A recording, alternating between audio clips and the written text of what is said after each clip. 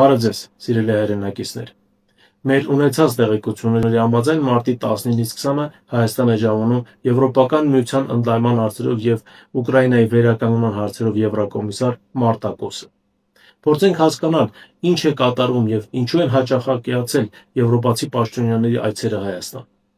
Այն բանից հետո, երբ Հայաստանը ընդունեց Եվրոպական միության անդամակցության մասին օրենք, Եվրոպական միությունը սկսեց այլ աչքով նայել Հայաստանին, բայց ցավոք սրտի ոչ հայկական շահերի տեսանկյունից։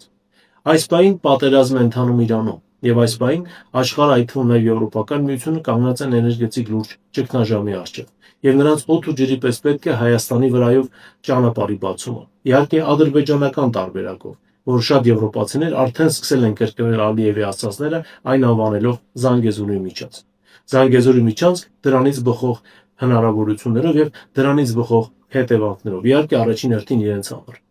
Եվրոպական միության համար Ադրբեջանը շատ հուսալի գործընկեր է ադրբեջանական գազ ստանալու համար։ Թուրքիան եւս հուսալի գործընկեր է, քանի որ միջերկրական ծովի նեղուցները գտնվում են նրա հսկողության տակ։ Եվրոպական միության շարժիչ ուժ համարվող Ֆրանսիայի համար եւս այսպես կոչված Զանգեզուրի միջանցքը հնարավորություն է Կենտրոնական Ասիայի դիցուք Ղազախստանից ուրան տեղափոխել Ֆրանսիա, քանզի Աֆրիկայում ուրանի հանքերից զրկվելուց հետո Ֆրանսիայի ատոմային արդյունաբերությունը բավականին խիստ կարիք ունի ուրանի։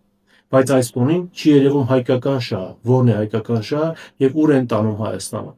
Ցավոք սրտի Հայաստանի եւ Ադրբեջանի միջև ընտրություն կատարելիս, ինչպես 100 տարի առաջ, Եվրոպական միությունն ընտրելու է Ադրբեջանին, քանզի Ադրբեջանը նավթ ունի։ Իսկ Հայաստանի բարեկամ հերթական անգամ կերակրելով սուտ խոստումներով եւ քաղցր խոսքերով վերջում իհարկե ավելացնելու են, որ ցավոք սրտի անգլիական նավերը չեն կարող բարձրանալ անարատ։